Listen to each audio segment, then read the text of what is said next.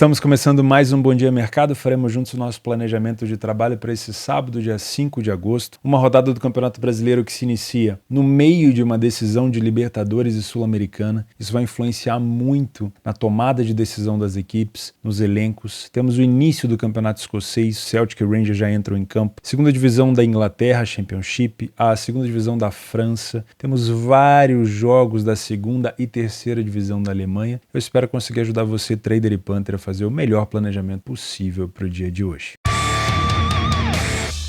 Vamos começar com o nosso apanhado na segunda e na terceira divisão da Alemanha, que na maioria das vezes a gente traz para trabalhar o mercado de gols, mas estamos ainda no início das competições, conhecendo um pouco das novas características das contratações das equipes, como é que elas vão se comportar. Então vamos dar só aquele panorama. Se você quiser acompanhar a segunda divisão da Alemanha junto comigo no Telegram, o link está aqui embaixo, é completamente gratuito, tá? Eu sempre que encontro alguma oportunidade, principalmente para gols, eu comento com vocês, com áudio no meio dos jogos, no intervalo, no início o que eu estou pensando em fazer. Não são dicas de entradas, mas a ideia é elucidar um pouco a sua tomada de decisão, tá bom? Também já fiz 2 estudos de caso sobre a segunda divisão da Alemanha, o jogo do Hannover com o Elversberg, foi o último, e o jogo do Hamburgo contra a equipe do Schalke, foi o jogo de estreia. Os 2 estudos de caso já estão disponíveis para os membros do canal aqui no YouTube, tá bom? Se você não é membro, fica o convite, além de ter acesso aos estudos de caso ao longo dessa temporada, né? Eu vou tentar fazer pelo menos um por semana. Você vai ter acesso também ao PDF de apoio, beleza? A gente já vai usar o PDF de apoio. Primeiro vamos dar esse panorama na segunda divisão e terceira divisão da Alemanha. Curiosamente, ontem, na sexta-feira, a gente falou sobre todas as equipes que não tinham ganhado. E hoje a gente vai falar sobre todas as equipes que ganharam ou pelo menos empataram. Foi o caso do São Paulo, que venceu o Kaiserslautern fora de casa por um placar de 2-1. Não é fácil, aliás, é raro de ver o São Paulo vencendo fora de casa e uma equipe chata como o Kaiserslautern. O São Paulo geralmente tem campanhas excelentes em casa, mas não consegue ter uma campanha tão forte assim fora. Começou vencendo fora e vai jogar em casa. Curiosamente, o Fortuna tem uma excelente campanha dentro de casa também e não consegue fazer bons jogos fora. Pelo menos foi assim na temporada passada. Estou curioso para saber qual vai ser o comportamento do Fortuna nesse jogo, se ele vai manter essa dificuldade da temporada passada ou se ele vai conseguir mudar isso. Afinal de contas, tanto o São Paulo quanto o Fortuna, na minha opinião, brigam se conseguirem resolver essa questão do fora de casa pelo acesso a essa temporada, tá bom? Holstein Kiel e Greuther Fürth, 2 equipes que venceram também. O Kiel venceu fora de casa a equipe do Braunschweig, se eu não me engano, acho que foi fora de casa sim, exatamente por 1-0. E o Greuther Fürth simplesmente passou o carro para cima do Paderborn, foi 5-0, mas aí contou com aquela expulsão do Paderborn logo no início do jogo. Foi um jogo bem tranquilo de trabalhar o mercado de gols. O Kiel perdeu algumas peças e a principal dela foi o Fabian Riese, que foi para reforçar a equipe do Hertha Berlim, que caiu também para a segunda divisão. O Kiel dentro de casa é uma equipe muito forte pelo alto. O campo do Kiel, a câmera, se vocês tiverem a oportunidade de ver o jogo, vocês vão perceber que o campo do Kiel é pequenininho. Isso dá a impressão, pela câmera que eles colocam um pouco mais baixa, né? Dá a impressão de que não tem espaço, mas olha, é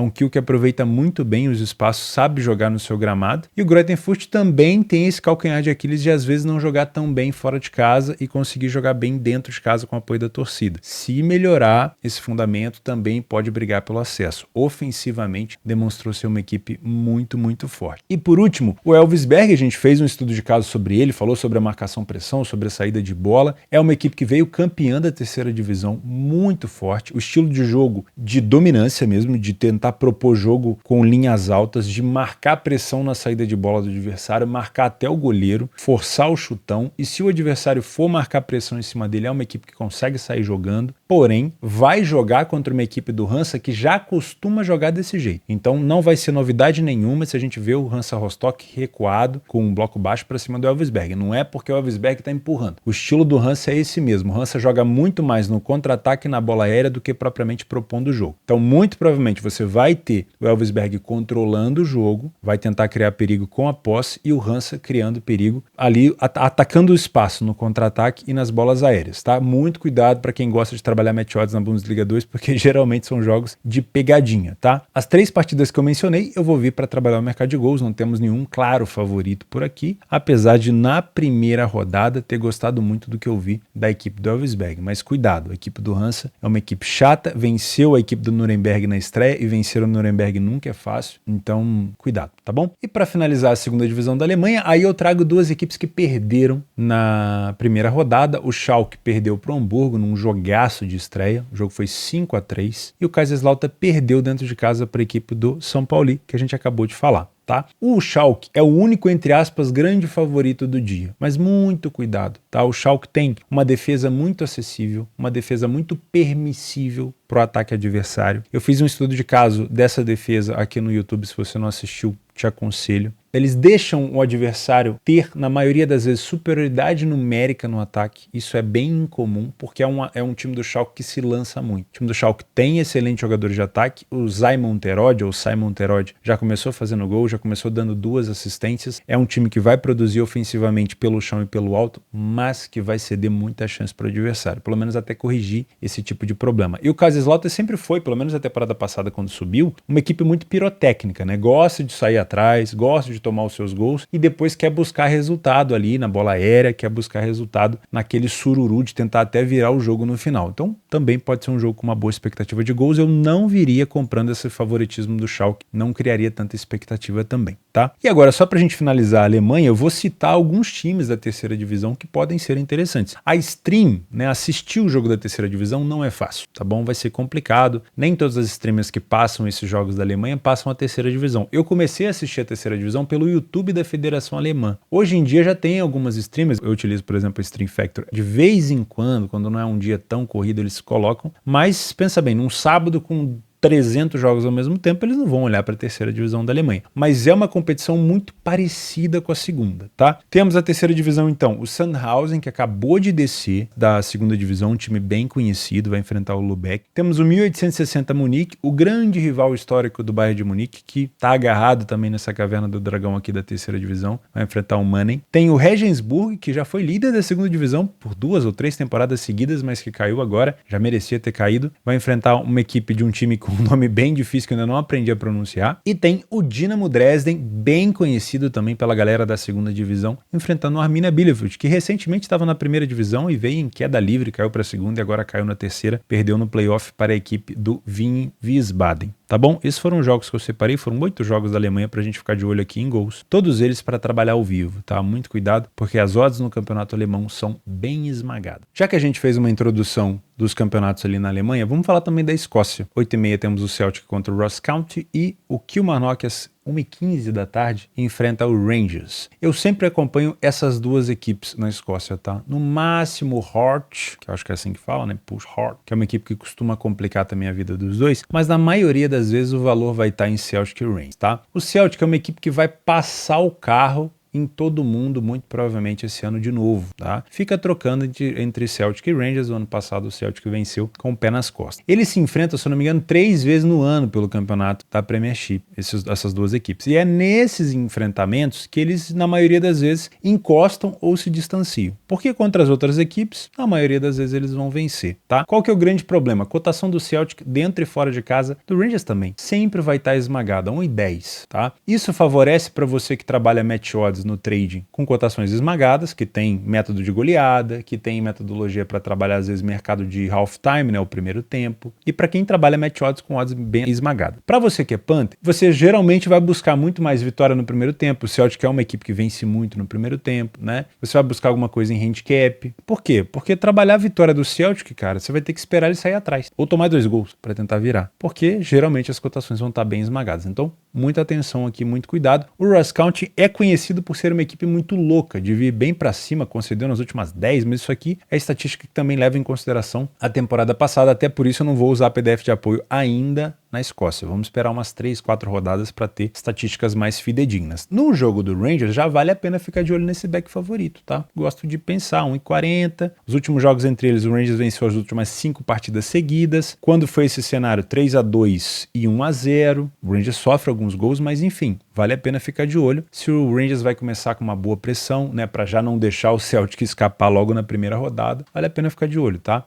nesse back favorito do Rangers, mas inicialmente eu venho mais para consultar como as equipes vão jogar. No caso do Celtic, se for para buscar alguma coisa, sempre atrelado ali a um risco maior de handicap, de vitória no primeiro tempo, ou até mesmo buscar uma vitória quando a equipe já está perdendo o placar, ou até mesmo buscar uma vitória quando a equipe está perdendo o jogo naquele momento. Agora vamos falar um pouquinho de Brasileirão, que como eu comentei antes, vai passar por uma rodada nesse final de semana que tem total influência da Libertadores e da Sul-Americana. Nesse caso, o Santos ele está livre, porque o Santos não se classificou para nenhuma dessas competições, né? Não conseguiu passar de fase na competição que estava disputando, então o foco dessa partida vai ser o Santos, porque o Atlético Paranaense muito provavelmente, atenção, muito provavelmente vai manter o foco total no jogo da volta contra o Bolívar. Por quê? Por mais que ele tenha perdido por 3-1 na altitude, o Bolívar fora de casa não é a mesma coisa do que quando joga dentro de casa, na altitude. Lá joga a seleção boliviana, o The Strongest e o Bolívar. A gente sabia disso e na hora de fazer o nosso planejamento aqui, a gente concordou com o favoritismo e até cheguei a indicar para vocês alguma coisa a favor do Bolívar. Por mais que o Atlético Paranaense tenha saído na frente, é difícil para o time brasileiro manter a parte física até o final na altitude, porque realmente é muito grande, muito forte. E o Santos tem nesse jogo uma excelente oportunidade de tentar uma vitória, ou pelo menos de não perder, mas imagino que vencer esse jogo faça parte do planejamento, principalmente agora com o contexto do Atlético Paranaense, e tentar ficar o mais longe possível da zona de rebaixamento. O Santos está a 2 pontos da zona de rebaixamento do Bahia, e se vencer esse jogo, dá uma bela distanciada. Não sobe tantas posições, mas dá uma bela distanciada. Por que é tão complexo confiar no Santos? O Santos venceu 3 partidas em casa, foi o primeiro a marcar em 33% dos jogos, menos do que o Atlético Paranaense, e olha que o Atlético Paranaense não foca tanto nos jogos fora de casa. Geralmente é uma equipe que foca muito mais nos jogos dentro de casa. Falha bastante em marcar, o Atlético Paranaense também, e tem uma média de gols sofridos alta, tá? Ou seja, ele sofre mais gols dentro de casa do que o Atlético Paranaense fora, tá? O Atlético Paranaense saiu na frente em 50% do placar, se mostra uma equipe, por mais que não tenha vencido tanto, se mostra uma equipe com boa iniciativa, falhou em marcar também uma quantidade exagerada, né? Vamos dizer assim, e fica sem sofrer gol em apenas 25% dos jogos, ou seja, não é confiável nenhuma das duas equipes, mas o momento do Atlético Paranaense, por conta desse intervalo, e a gente volta para cá para ver o jogo, a data do jogo, e o Atlético Paranaense enfrenta o Bolívar no dia 8, ou seja, se sábado é dia 5, terça-feira é dia 8. É isso? Exatamente, terça-feira. Então, o descanso, ele vai ser curto, o foco, ele provavelmente vai ser total no jogo da volta, né? E o Atlético Paranaense não é uma equipe que está brigando para ser campeã do Campeonato Brasileiro. Ela vai brigar para ficar ali dentro da zona de Libertadores. Esse é o foco do Atlético Paranaense esse ano. Então, o foco não é pensar na Libertadores que vem, é pensar nessa, é recuperar o resultado nessa. E o CAP dentro de casa, na Arena da Baixada, tem condição de reverter esse placar contra o Bolívar. Se vencer por 2-0, já leva ali para uma prorrogação. Então, na minha humilde opinião, o Atlético Paranaense deve vir com poucos jogadores titulares, e se vier com alguns jogadores titulares, esses jogadores eles vão estar completamente desfocados, e também a questão do foco no sentido geral da coisa, tá? Por isso que eu acho que o Santos vem tão motivado. Voltando aqui para o PDF de apoio, o Santos faz um primeiro tempo melhor do que o adversário, com mais vitórias, menos derrotas, mais gols marcados, só que um pouquinho mais de gols sofridos também, é um pouco de cobertor curto. E o segundo tempo do Santos não agrada ninguém, marca menos gols, sofre a mesma quantidade, vence pouco, ou seja, é um Santos que cai muito de aproveitamento. Foi assim contra o Goiás, foi assim contra o Botafogo, vencia por 2-0, tomou um empate. Tá? E o Santos não tem uma boa bola aérea, não marcou nenhum gol de cabeça ainda, sofreu 6 e o Atlético Paranaense marcou 6 gols de cabeça. Isso aqui, num jogo onde o Atlético Paranaense sair com empate vai sair muito feliz, num jogo que tende a ser um pouco mais truncado, a bola aérea do Atlético Paranaense pode punir sim a equipe do Santos, tá? Se você é trader, eu gosto muito de pensar nesse viés de um Atlético Paranaense desfocado e talvez não tão titular. O Santos, se ele quiser ficar na Série A, e a gente tá sempre falando, o Santos corre risco de rebaixamento e tal, mas o Santos consegue sempre se livrar. Mas se ele quiser realmente espantar esse risco de rebaixamento, ele tem que olhar para esse jogo do CAP, entender a magnitude do problema que o CAP, entre aspas, está vivendo nessa semana e vencer o jogo. Então eu trago um pouco desse viés. É óbvio que o Santos pode perder ou empatar, ele está numa fase horrorosa, mas a gente pode considerar um pouco esse viés para tentar pegar esse bom primeiro tempo do Santos, porque o Santos faz bons primeiros tempos. O problema do Santos é defensivo. Então se ele conseguir manter a concentração, coisa que provavelmente o Atlético Paranaense vai ter dificuldade dificuldade, porque o jogo da volta vai chamar a atenção do time, a gente pode buscar alguma coisa nesse Leia a pior equipe em campo no Atlético Paranaense. Óbvio, dentro de uma boa leitura de jogo. Se você é Panther, eu gosto muito de pensar nessa dupla chance do Santos, tá? Nesse empate anula do Santos ou nesse handicap 0,25 do Santos. Essas três opções que eu gosto. Não vou te indicar mercado de gols, não vou te indicar aqui nenhuma outra situação. Eu acho que o dupla chance, o empate anula e o menos 0,25 podem ser situações interessantes. O dupla chance, obviamente, é a situação mais favorável, vai estar com uma cotação menor. O menos 0,25 também vai estar com uma cotação mais ou menos ali mais baixa, porque se der empate você perde metade da sua stake, é um handicap asiático. E o empate anula já pode estar com uma cotação um pouco mais alta, tá? Vejo vantagem do Santos e o Santos tem que saber aproveitar isso. Se perder para o Atlético Paranaense nessa condição, aí a situação vai ficando cada vez mais complicada. Às 18h30, mais uma situação no Campeonato Brasileiro de competições da Conmebol que podem interferir na concentração das equipes. Nesse caso, as duas equipes estão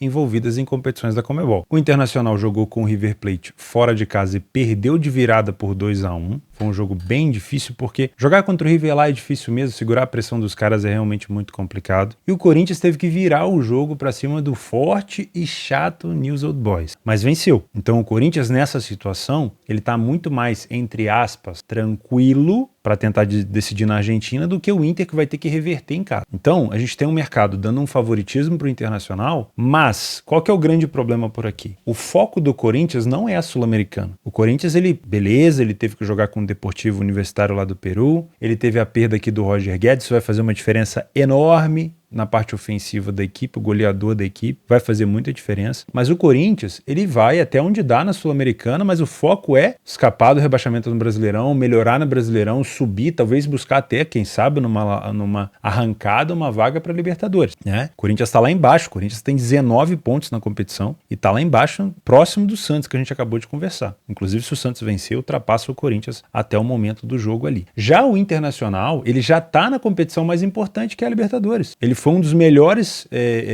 na fase de grupo, foi invicto junto com o Olímpia, se não foi o melhor, tá? Ficou invicto ali junto com o Olímpia e caiu de cara com o River, que é um time muito chato de se enfrentar, principalmente jogando lá no Monumental, que passou por essa reforma e tal. Então, na questão de foco do brasileiro, vamos ser bem sinceros, com todo respeito, o Inter tá cagando pro brasileiro nesse momento. O time do Sul, o Inter, Grêmio, o Atlético Paranaense, são times copeiros. Eles não disputam o tempo todo o Campeonato Brasileiro. Tem alguma edição ou outra que eles conseguem chegar pau a pau com os times do Sudeste e tentam, mas a maioria das vezes o foco do time do Sul, e isso não sou eu que tô falando, tá? Já tive contato com vários torcedores de Grêmio, de Inter, de Cap, que o foco são as Copas. É o que eles querem buscar. Porque realmente você tá no sul do país, você tem uma porrada de viagem para fazer, você vai jogar em Fortaleza, depois você volta, você tem que jogar em Cuiabá, depois você volta. É mais difícil, eles têm que se deslocar muito mais. É muito mais complexo para um time do Sul disputar um campeonato de pontos corridos. Mas o mata-mata é muito mais, entre aspas, fácil, né? Então, nesse momento, o Corinthians ele tá muito mais focado, na minha opinião, do brasileiro do que o Inter.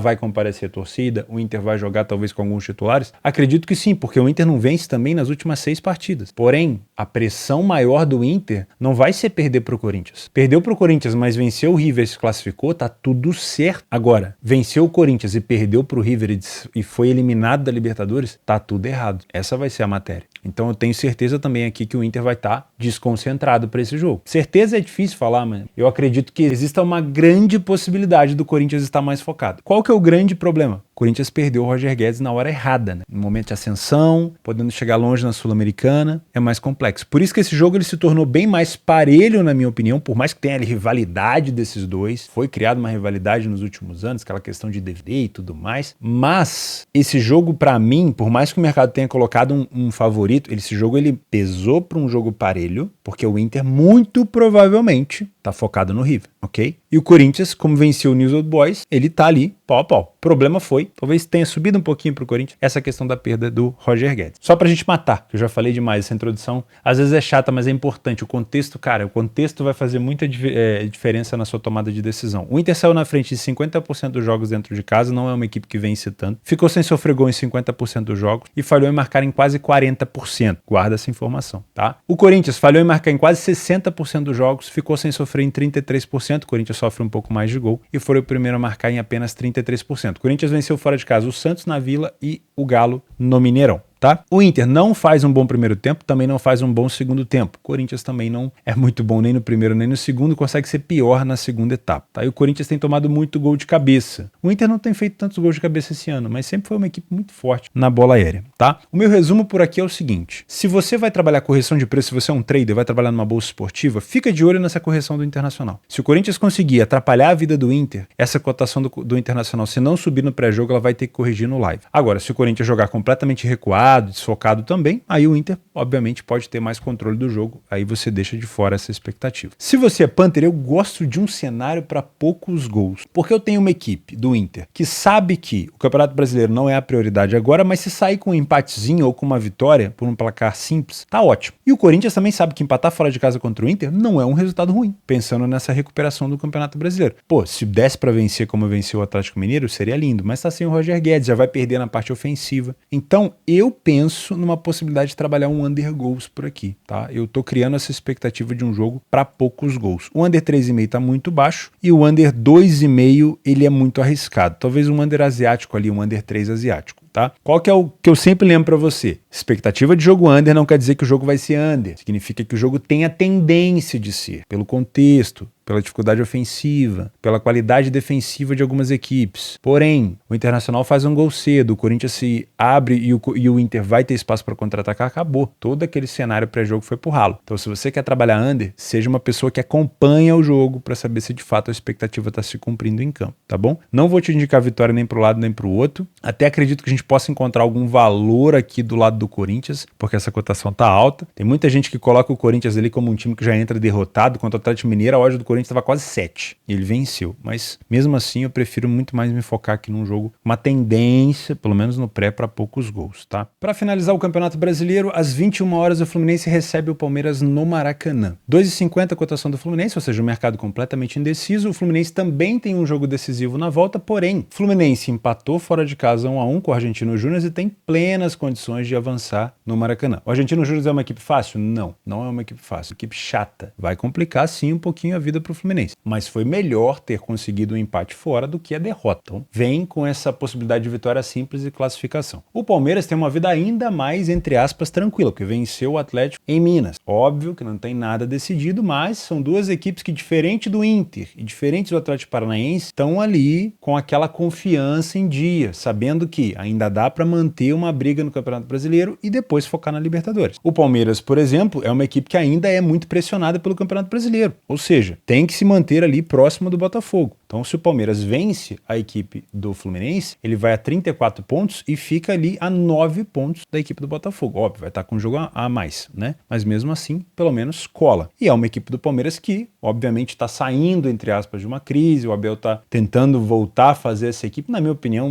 não teve crise nenhuma, né? Só uma fase ruim, uma tribulação que, cara, todas as equipes vão passar, tá? Então, para mim, é um jogo com mais expectativa do que os outros, tá? Na minha opinião. Utilizando o PDF de apoio aqui, a gente já vê equipes muito mais organizadas, uma predominância maior de cores verdes, né? Porque são equipes que estão ali no topo da tabela. O Fluminense tem 67% de vitória dentro de casa, não perdeu em 8 dos últimos 10 jogos que fez, no geral, tá dentro e fora, então é uma equipe relativamente muito boa. Foi o primeiro a marcar em quase 60% dos jogos em casa, ficou sem sofrer gol em quase 60% e é uma equipe que falha pouco em marcar. E o Germancano tá voltando à sua fase, hein? E esse cara, quando tá numa fase boa, pelo amor de Deus, a bola bate nele e vai pro gol, né? O Palmeiras venceu 3 partidas apenas fora de casa, foi o primeiro a marcar em quase 45% dos jogos, ou seja, não tem uma iniciativa tão grande, mas também não é tão ruim. Falhou em marcar em 33% e ficou sem sofrer gol em 44%. Apesar de ter falhado em marcar mais que o Fluminense, ele também marcou mais gols que o Fluminense. Isso tem a ver com a fase ruim que estava passando o Germancano. O Palmeiras, ele divide mais a questão de artilharia, o Veiga faz, o Dudu faz, o Endrick faz, o Rony faz gol. No Fluminense fica um pouco mais atrelado ali para a parte do Germancano, tá? De vez em quando o Nino aparece de cabeça, mas o Fluminense, ele é muito mais pautado nos gols do Germancano. Vamos dar uma olhada aqui na quantidade de gols do Cano, olha só, 4 gols do Cano, 3 gols do Ganso e 3 gols do Vinícius Moreira, do Lima, tá?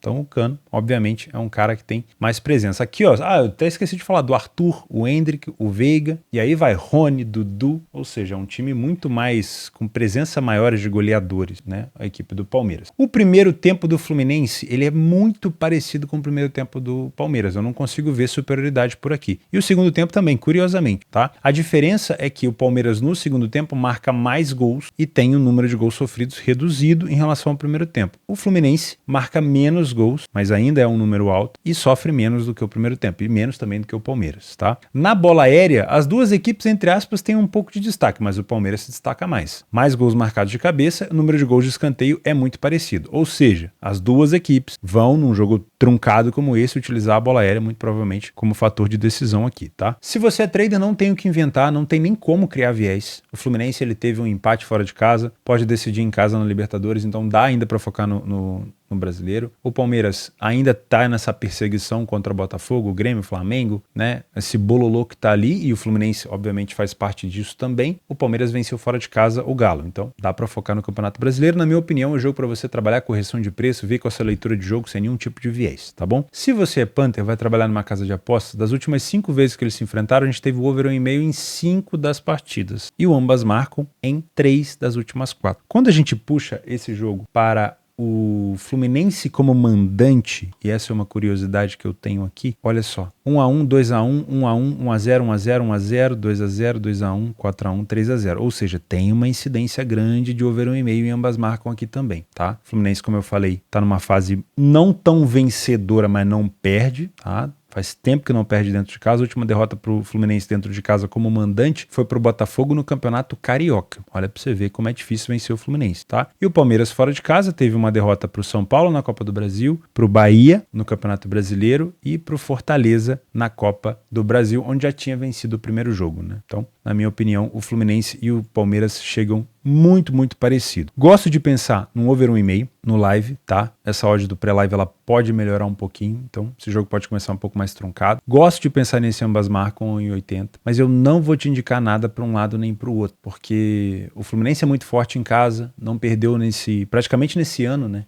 A derrota para o Botafogo foi no estadual, e o Palmeiras, cara, é uma equipe muito bem treinada que na questão de pressão, pelo fato de ter vencido na Libertadores no jogo de ida, ele tá menos pressionado, né? As duas equipes decidem em casa, mas o Palmeiras ele tá um pouquinho menos pressionado. O Fluminense ainda tem que vencer, o Palmeiras jogaria por um empate, tá? Então, acho que é um jogo com mais expectativa de gols do que os outros que a gente falou, de Santos e Internacional, mas obviamente eu não esticaria tanto a corda, porque daqui a alguns dias ele já tem jogos da Libertadores. Então eu trabalharia com no máximo um cenário de 2 gols, de preferência ao vivo, tá bom? De preferência ao vivo. Para finalizar esse sábado, a gente tá com uma grade enorme. Eu vou ser sincero com vocês, eu não tô nem um pouco triste, tá? Triste é quando a gente pega essa intertemporada aí, esse final de temporada europeia, que tem 2 competições acontecendo. Isso aí que é triste, né? Sábado com uma porrada de opção é excelente, é só você escolher as melhores, né? Acompanhando ao vivo ali, vai ser muito bom. Agora, se você tá com tempo sobrando, eu vou deixar para você aqui algumas opções. O Helsinki, na Finlândia, tem uma cotação de 1,40. O Helsinki acabou de ser eliminado agora nos playoffs da Liga dos Campeões pro molde. Isso quer dizer que ele pode voltar um pouco mais a atenção dele por aqui, tá? Pode ser bom. Às 10 horas, o favorito e campeão Rakov Czestochowa enfrenta o Warta Poznan, ou o Varta Poznan, também é favorito por aqui. Ele já passou na eliminatória que ele tá fazendo, mas eu acho que a eliminatória dele não é na Champions. Foi contra o Karabag que ele venceu. Às 11 horas, no campeonato da Bélgica, temos o Genk, né? O Genk que disputou. Se eu não me engano, o Genk não foi o campeão, né? Deixa eu dar uma conferida aqui. O Genk na temporada passada... Na rodada final foi o Antuérpia que foi campeão, não foi o Genk. O Genk perdeu no finalzinho, foi 1 ponto atrás. Então o Genk já estreia, disputou o título até o final, vale a pena ficar de olho por aqui. Aí temos alguns jogos da segunda divisão da Inglaterra, eu não trouxe todos por aqui, tá? Às 11 horas jogam todos. Tem o West Brom, que é um time muito conhecido, o Norwich, que tá sempre subindo e descendo o tempo todo, e o Plymouth, que a gente falou muito dele na Ligue 1, que é a terceira divisão, e agora ele vem pra Championship, vai enfrentar o Huddersfield, também costumava ser um time muito forte dentro de casa, vamos ver se vai manter. Tem outros jogos da Championship, tá? Esses são só uns exemplos. Também começa a segunda divisão francesa, dá pra você ficar de olho. Aí temos na Série B o Avaí e Criciúma, jogo parelho, Ituano e Guarani,